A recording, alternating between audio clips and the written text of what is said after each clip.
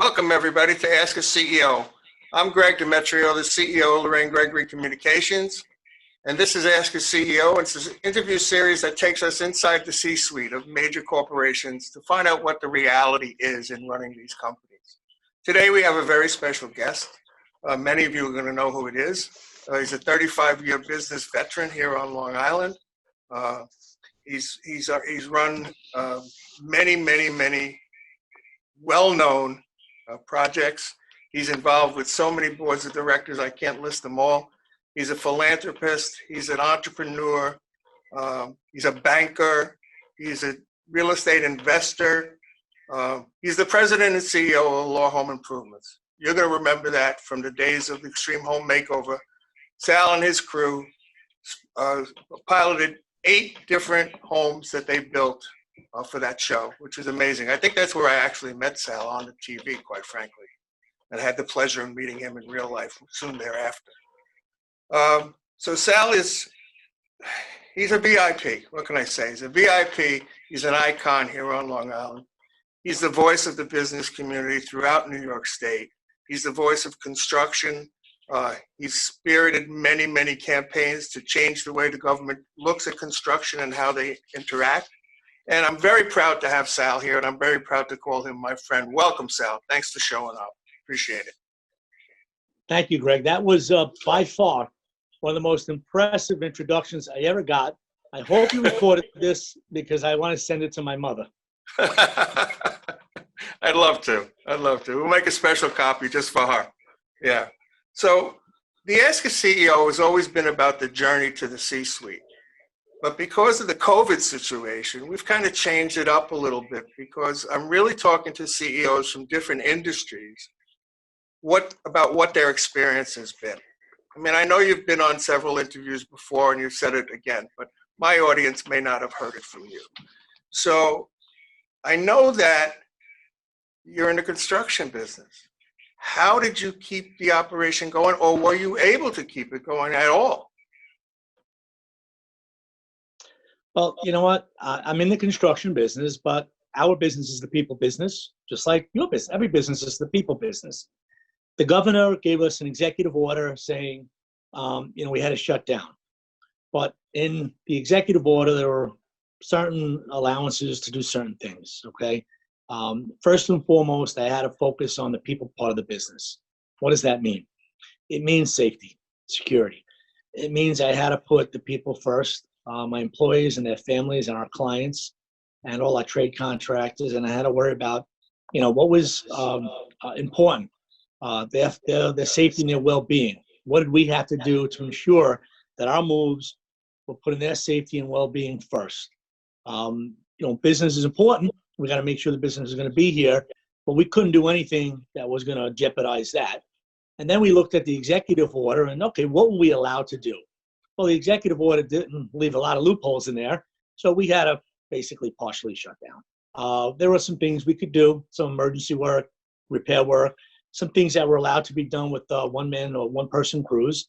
But for the most part, we had to strategically pare the company down and put us in a position where we can do partial work, change our message, change our marketing message, create a new way of doing business to ensure we'd be here. But when the governor said, hey, you can go back to work, which, by the way, is now. Today. So you mentioned that you changed your marketing message. That was one of my questions further down in the interview. I know you've done certain things because I've recognized them. Could you tell the audience what you changed and why you changed it?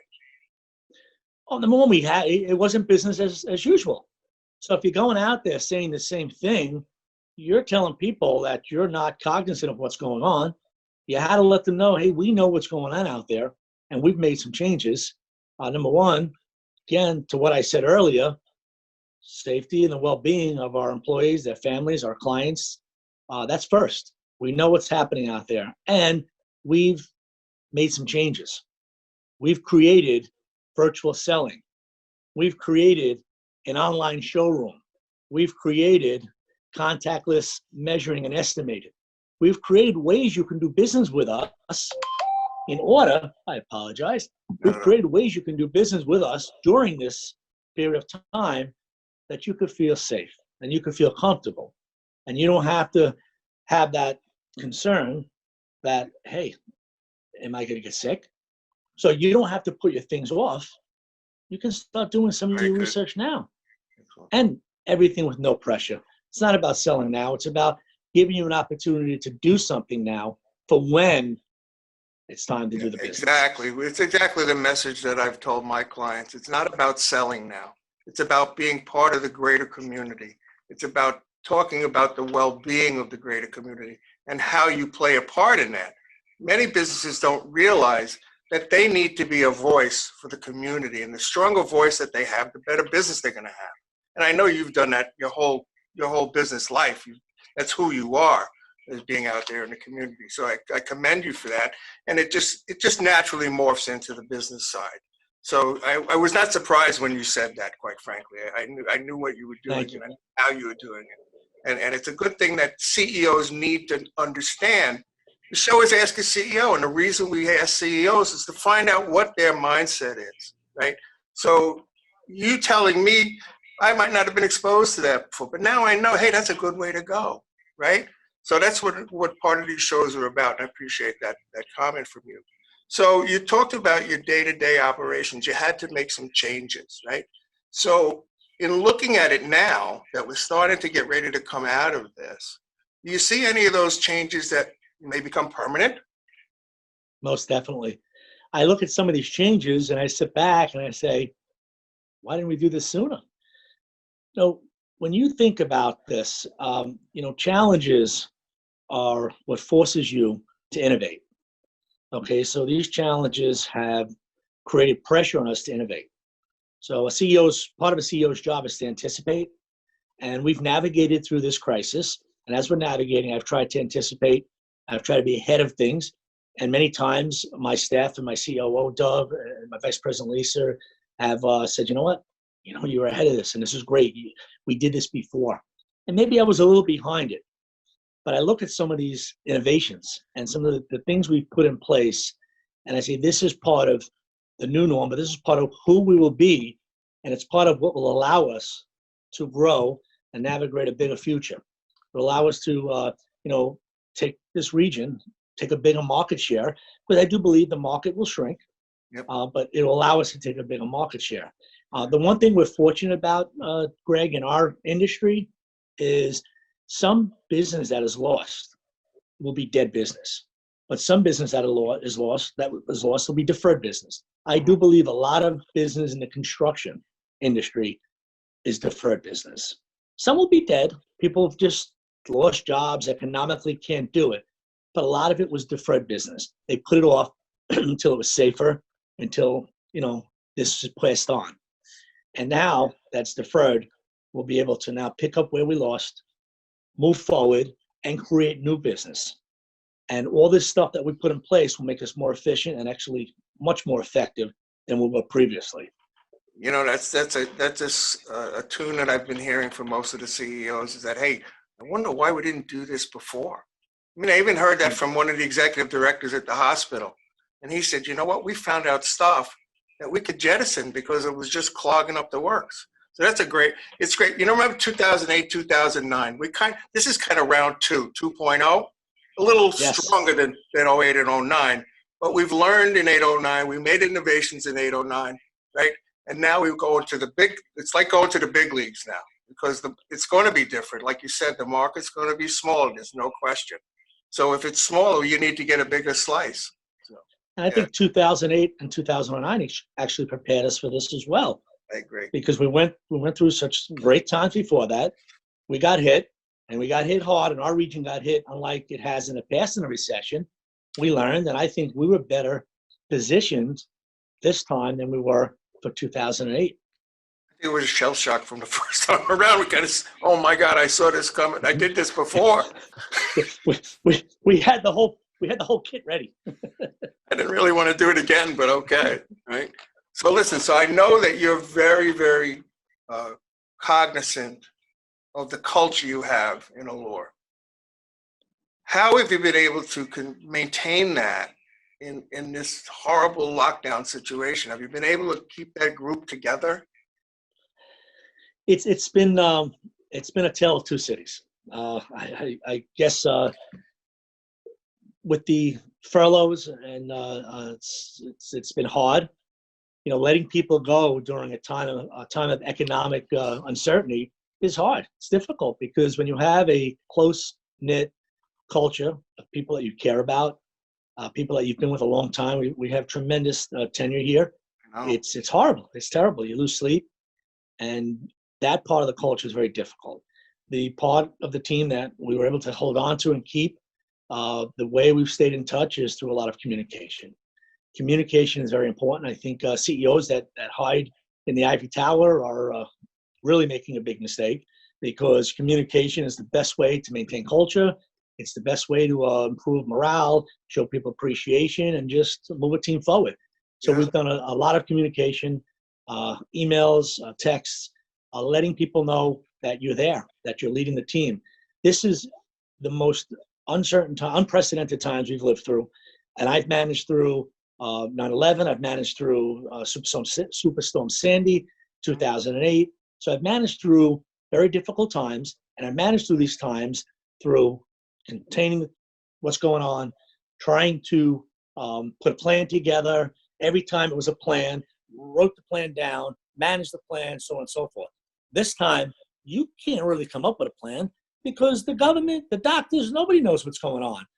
So this time, my team, everybody, the business leaders, everybody was worried. Nobody knew what was going on.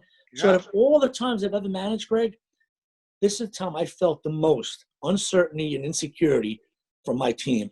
And I feel this is the time they needed from me confidence. To be involved. Confidence, to be involved, to hear from me, whether it was good, bad, or ugly, just to hear from me what's going on, and to see a positive outlook. Well, here at Lorraine Gregory, what I did was, because I was home, and what we did was we did a daily Zoom meeting.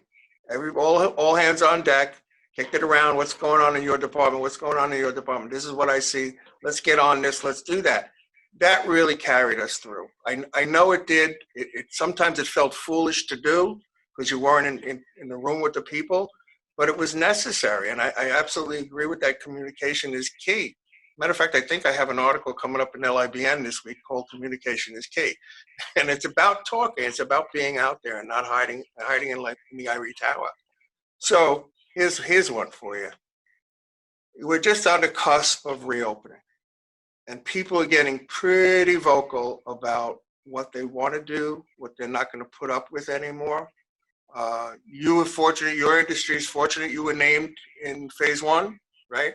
You open it up a little bit, so that's really great in the construction side. But what do you think is going to happen in terms of reopening? What do you think that's going to look like for the rest of the business community here on Long Island? And how long do you think it's going to take to get to somewhere where we might even think about it being normal? I don't know what the new norm will be, but I do know one thing. I think phase 1 is going to play a huge role in what happens going forward. If we screw it up, it's going to hurt the rest of the region. I urge the rest of the phase 1 participants, I urge all of the people in phase 1 to play by the rules. If we play by the rules and we truly do our part and be part of the solution, we will get to phase 2 quicker. I have been pressuring my team to wear masks, to sanitize, to clean their hands, social distance. I'm a supporter of contact tracing, because I believe it'll be an answer to allow us to open and get back to somewhat of a normal place. And Greg, the only way we're going to do that is if phase 1 goes well. So I can't give you a complete answer of the time because we're only getting to phase 1 today. But if phase 1 goes well, I think it'll be quickly, because they're going to see that people are cooperating. And if they see people are cooperating, they're going to say, wow, this works. I believe we need to get out. We need to get out, Greg. Because people being locked down, it's not good. It's not good. It's not good on a lot of levels. It's not good emotionally, physically, mentally. It's not good. We need to get out. So people are now voicing that, and they're going, hey, wait a minute, I had enough of this. We flattened the curve. So now what are we going to do? So, but you know what's funny though? America's never laid down from a fight, right? We're not going to lay down from this one And we either. won't. And what you just said is so important. I've been telling everybody, if we're together in this and we follow the rules, whether we agree with all of them or not, right? If we follow those rules, we'll come out of here in a better place, right? I always say to everybody, we want to remember where we were when the door got shut. Where were we? We were doing fine. The economy was great. Everybody was working. You couldn't find good people anymore because everybody was working and we're all good, right? And then boom, the end. So now if you don't look where you were before, you've got nothing to shoot at, right? So I say, guys, listen, we know what we were doing before. Let's do everything we can to gain as much of that back as possible so that we can go forward. We're not here for 30 years for no reason. We're here for 30 years because we have a business, it's a valuable business, and we don't want it to wilt on the vine. I mean, what did I say? I used to say when I bought the business that failure was not an option. You know, it's not. It's not. Just not. Greg, I want that problem again. I want the problem that labor is hard to find again. Yeah. It's like having a village and there'd be no parking. Everybody complains there's no parking. That's a good problem to have. They had that problem in Patchogue and people complained. That's a good problem to have. They used to have a problem in Patchogue. There was too much parking. And Mayor Paul Pontieri said, that's a problem when there's too much parking. And now they have not enough parking. Well, that's a problem. You know what? Work on that problem. Right now, there's too much labor. And let me tell you, I don't know what's right or wrong, but I do know one thing. The rule is to wear masks, to do the protocol that's put in place. We have to follow the rules. Whatever your personal beliefs are, whatever your politics are, we need to put our politics aside. We need to be the leaders in this industry. We need to be the leaders in the region. I know my industry has a huge economic impact, huge economic impact on our region. The construction industry employs thousands upon thousands of people. The supply chain is enormous. The people, the drivers, the restaurants, the places we eat, so on and so forth. With that being said, having us in phase one will have an economic impact. It will start the region going. With that being said, it'll get momentum going. Boom, we get to phase two. We start moving forward. The next part is the hospitals. I'm on the board of Huntington Hospital. I am very proud of that hospital. I love that hospital. I just interviewed Nick Fitterman the other day. What an incredible guy. What an incredible job they did up there. My goodness. Special hospital, special man, Dr. Fitterman. We are now at a pilot program with our visitors. We have been number one community hospital in New York State. Number one, top 1% in orthopedics in the country. This is a special place. People don't realize how special this hospital is in New York State. And right now, we are just in a place where we can have elective surgery, we can move forward. Yeah. We were a place where we couldn't take patients. There's the opposite that happens. When we overwhelm the healthcare system, people die, not just from COVID-19. They die from other things. You can't treat heart attacks, strokes, other things. So it's not only about, hey, COVID-19 isn't that serious, you're not dying. I'm not telling you right or wrong. I'm telling you, overwhelming the healthcare system kills people outside of COVID-19. Let's take a break from overwhelming the healthcare system. Slow it down. Keep this curve beyond flattened. Take it slow. Listen to the rules. We will move forward. The economy will be great, and we will get a vaccine, and we will get back to a life that we all can enjoy. I was going to ask you for your parting advice to CEOs, but I think you've covered most of it.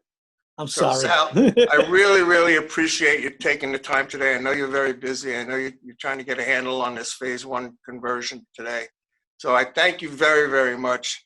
And I wish you well. And I wish all the people watching that we come out of this safe, healthy, and we can all move forward together. So thank you, Sal. Much appreciated. Thank you, Greg, for what you're doing.